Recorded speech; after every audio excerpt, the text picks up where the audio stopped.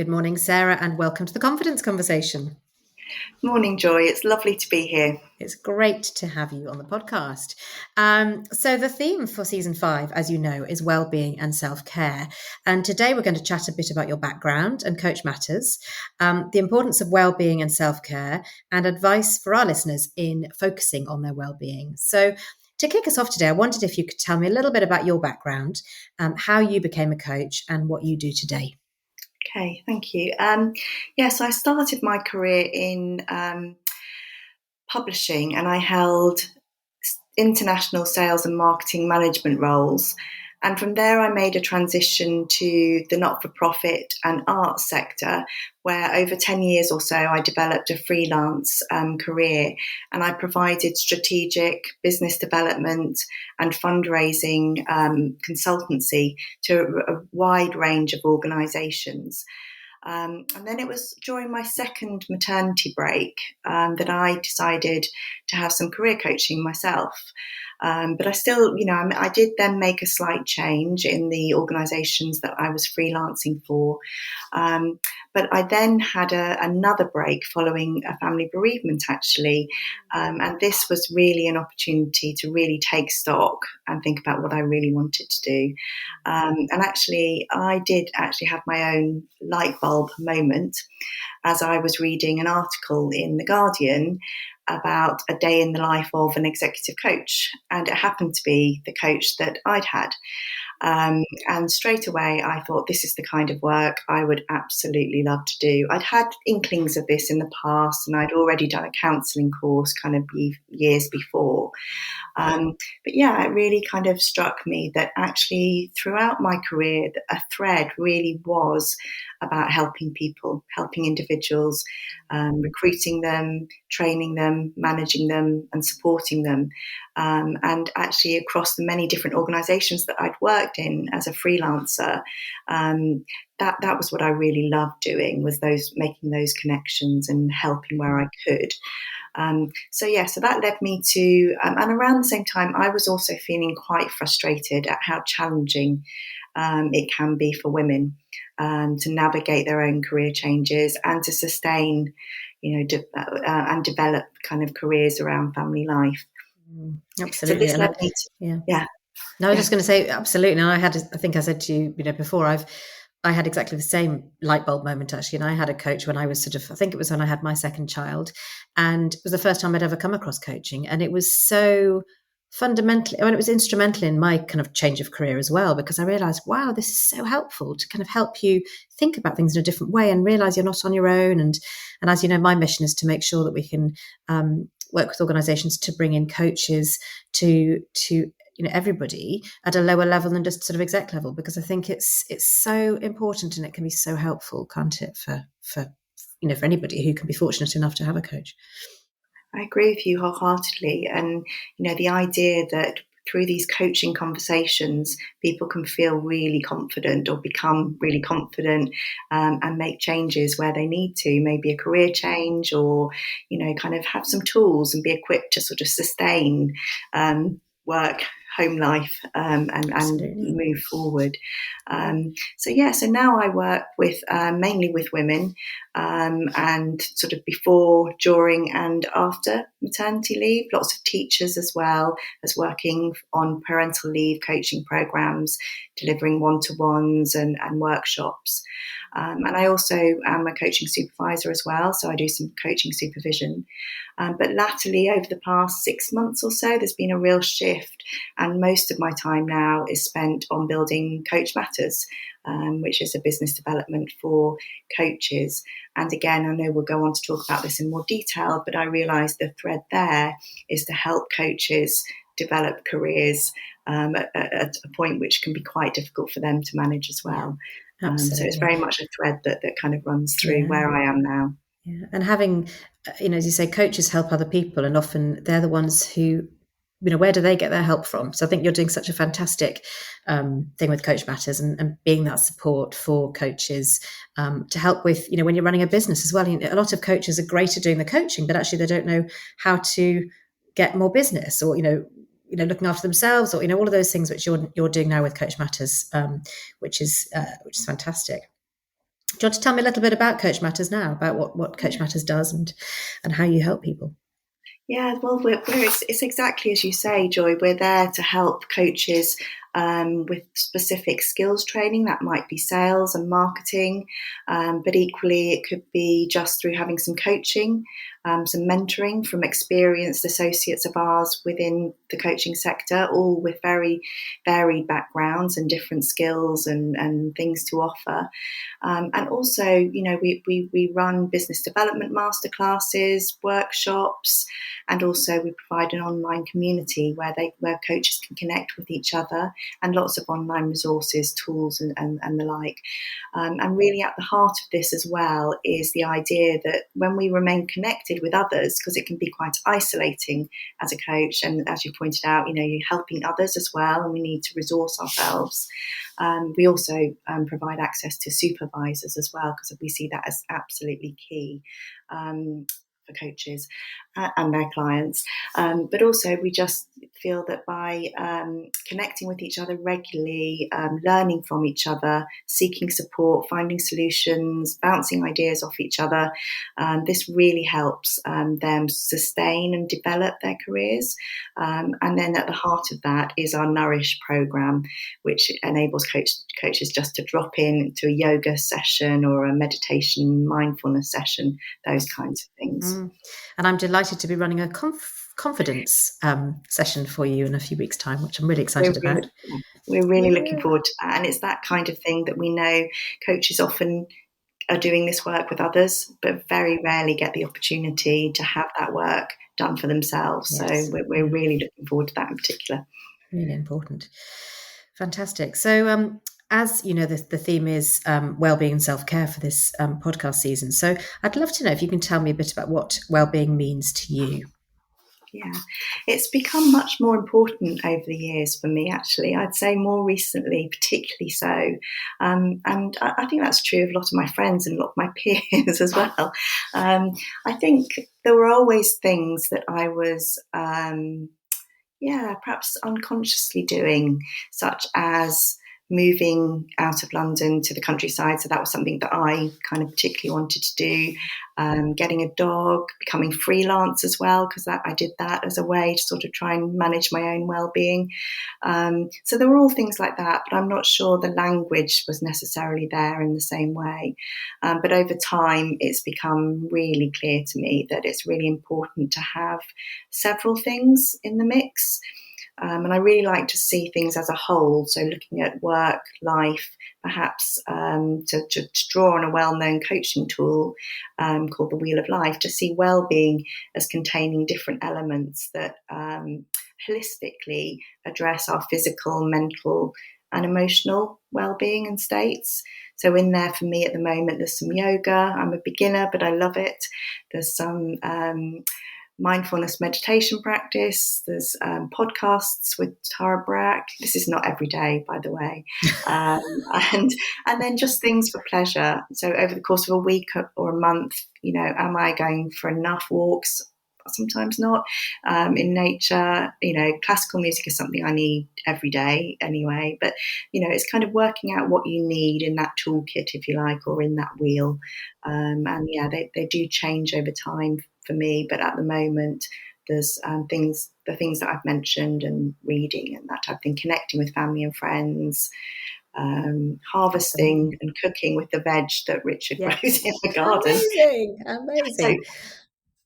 Yeah, and I think, you're right. And things like I find when I go for walks and things, I find it really hard to leave my phone at home sometimes, because I often find that I'm busy and I'm like, I'll just, whilst I'm walking, I'll just speak to somebody, or I'll just, do something with my phone. And I kind of kick myself every time I do that. I think I should just leave my phone at home and go for a walk and enjoy nature, because otherwise you just don't get that break, which is really important, isn't it?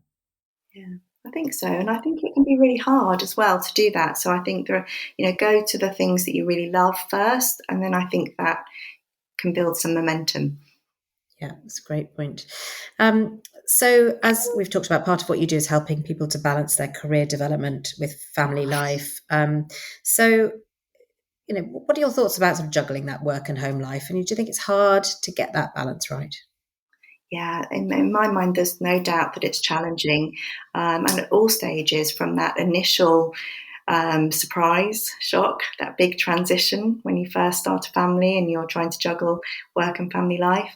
And then even, as the children grow as well, they need you in different ways. So I think it's an ongoing challenge. And one of the things that I think is really important is that we have really honest conversations at home, as well as in the workplace, but that we have them at home and we look at what I think of as the home work-life contract, if you like. And I think we need to be aware, as a partnership, as a team, whoever's in that team, and that can be other sources of support outside the home. But what are the overall jobs and tasks and responsibilities that we need to manage our work and family life? And who's responsible for what? And we need to make sure that we communicate ongoing and check in, because things we often kind of jokingly call it recontracting, and often that happens when we realise we haven't been paying attention to it for a while. But it's really simple. You get back on track and you realise you need to shift a few things. Absolutely. And one of the things I talk about, you probably heard me talking about before, is the sort of end-to-end tasks. And there's a book by Eve Rodsky, which is really interesting. And she talks about sort of having owning complete end-to-end tasks. I know as a female, often and I know this happens for some men as well, but, having that mental load and that kind of all the stuff that's in your head that you've got to manage. And she talks about having these end-to-end tasks. And so, for example, my husband, he manages the whole kind of football, everything to do with football or sport with the kids. So I don't get involved. I mean, I'm sort of on the WhatsApp group and stuff, but he arranges everything from taking them to the, I was going to say rehearsals, but I don't mean rehearsals, you know what I mean? Matches and practices and all those sorts of things, which is really, really helpful, because then you can sort of really just take away that whole task like you would at work. It's exactly the same. Exactly that. And So, and there's much more awareness now in the workplace about mental health and well-being, and terms like overwhelm and burnout are sadly commonplace. Why do you think overwhelm is now more prevalent? Well, firstly, I do think there is more awareness of this, and we have developed and got used to a language around wellbeing, which I think is brilliant. And I think that was really highlighted, drawn out through the pandemic. And equally, I do think it's about our perception of time, and often unrealistic demands and expectations that we place perhaps on ourselves, and that some organisations place on us. And there isn't an infinite amount of time, as we know, but lots of us, and kind of are striving to do well at home and to do well at work, and it can be a real squeeze. And I think that's what often can lead to this, and often a feeling. I work with people where they're often talking about a feeling of failing at home and failing at work, and we know that there are many organisations that are trying to address this. And some have been for quite a while. But I think as well, that's where I really believe in that power of coaching, workshops, kind of organisational support, so that people can step outside and shift the lens slightly, perspective, and get support and get help, before overwhelm really takes hold. Absolutely. And I think, talking about coaching, it's interesting to know, why do coaches or others with HR, mental health, or caring responsibilities, or those sort of in helping professions, why do they need to focus on their own well-being in Yeah, well, particular? I think it can be quite common actually for people in helping professions, as you say, to actually neglect their own. And I see that through GP friends as well, and kind of right across the spectrum. And I think it's often a mission, very much a purpose, kind of a drive to help others. And with all that we've been talking about as well, with family life and work life, it can be really hard to look after yourself. And I think with coaches as well, what really struck me when I changed career was that this is a big career transition for coaches often too. They're often coming to it later on in life. And they're often being freelance and setting up on their own, and then potentially running a business for the first time as well. So as well as not necessarily having the right tools or the right skills, It's all about looking after yourself in the process as well, so that you have that balance, so that you're nurturing yourself as well as your clients. So that's what really kind of inspired me to set up Coach Matters. We talked a little bit at the beginning about Coach Matters. Is there anything else that you wanted to talk about in terms of how you help your members focusing on their well-being? Yeah, I think it's largely through that connection. So connection with other coaches, and also coaches from different backgrounds and people who've done. What I've loved about kind of our work with coaches so far is the variety of coaches that are out there, and also how the coaching training courses differ as well. So it's such a rich market. It's such a kind of interesting space in which to work. And so really giving them that connection, skills, opportunity for some coaching and mentoring themselves, and also, we're talking about your confidence class, having the opportunity to have work done for them as well as them kind of doing work for others. Absolutely. And do you have any other sort of practical tips? I love it on this podcast if people can come up with some practical tips that you can take away, anybody can take away today. And we've talked a lot about women, but it's not just women, it's anybody. And mental health is a massive thing for both men and women, and other genders. And I think it's, any practical tips that you can give us about how to make time for themselves and, prioritizing self-care and fitting it into their working lives. Yeah, I think picking up again on the work-life-home contract, and then having that with yourself as well as kind of people that you kind of share things with. And then I would say thinking of that whole of work and life, thinking perhaps of that wheel, if that's something that suits you. It might be a checklist or your toolkit, however you prefer to see it. And really spending some time thinking about what needs to be in there right now, and maybe starting with those things that you do love.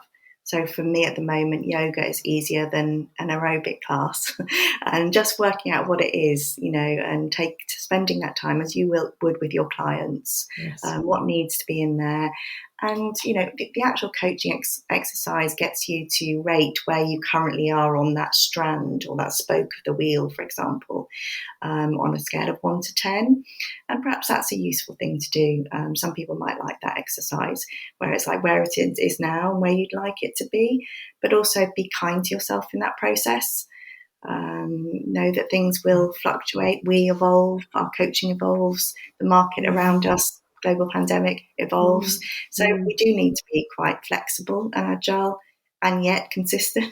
But I think that's about support and self-awareness. Yeah, and I'd love your opinion on this, because I think there's sort of two ways. So I fit a lot into my life, and I have a family, and I work and do various things in my career and home life. And the way I make it all fit is by doing things like when I go to the hairdressers, I perhaps might take a book to read that's related to something I'm doing, or I might have my nails done whilst I'm listening to a podcast, or I kind of fit things in around. And sometimes I think that's a great use of time, because I'm actually making sure I am filling up my bucket with things that I enjoy.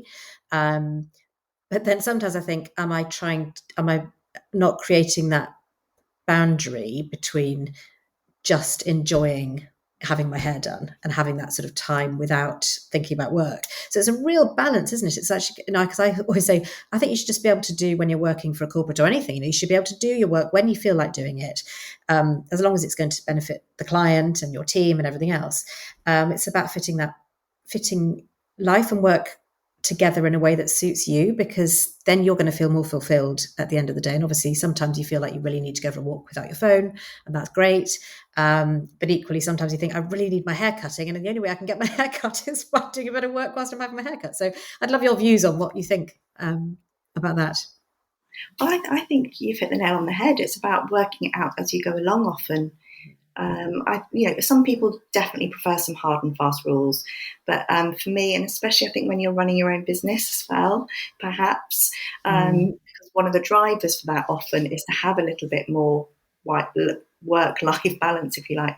But for me, it's about being mindful about it, being aware of it, and asking yourself some questions, and taking stock of that, and then reflecting. Maybe putting a bit of reflection time in each week to think what's going well, what's not going so well, and where am I doing something just for me?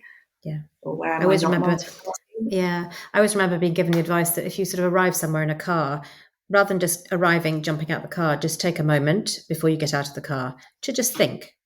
And I think that was a really nice sort of, if you can sort of get things into a habit like that, I think that was a really useful piece of advice that I was given. Yeah. Good. And actually, the one thing that sorry, carry on. No, I was just also going to say that I think actually by making sure that we're paying attention to all aspects of our well-being as well. So thinking of it in that way, what am I doing, say, for my mental health or intellectual kind of health, and physical, and nourishment, and also kind of, when I say spiritual, that could mean all sorts of things. That could be classical music, walking in nature, whatever it is. So I think thinking of things in that kind of holistic sense, and keeping a check on things, I think that's kind of key.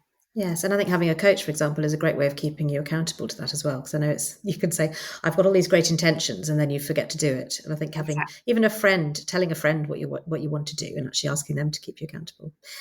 Fantastic. So thank you so much, Sarah. It's been a real pleasure to have you on the podcast. And thank you, and Coach Matters, for your support as well in this podcast season. And if anybody wants to find out more about you and your work, where can they go? Well, yes, thank you, Joy. It's been an absolute pleasure, and a lovely kind of moment in the day as well to talk about wellbeing. Yes, people can find me on LinkedIn, so Sarah Tennant on LinkedIn. We also have a website, coachmatters.co.uk, and I also have a coaching website, which is sltexecutivecoaching.com. And Fantastic. Actually, from either of those websites, you can book a call with me or just send me a message via LinkedIn. I'd be delighted to connect. Brilliant. Did you want to mention the Coach Matters 3 months free access?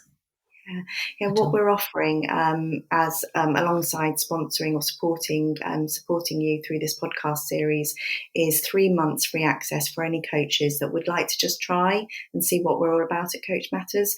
And we've done 3 months also, bearing in mind that there's August coming up, and that's one of our life work balance things. We won't be delivering kind of sessions in August, but there'll still be many resources and what have you. But so, kind of do get in touch, follow the links that no doubt they'll be in the show notes. Yeah, brilliant.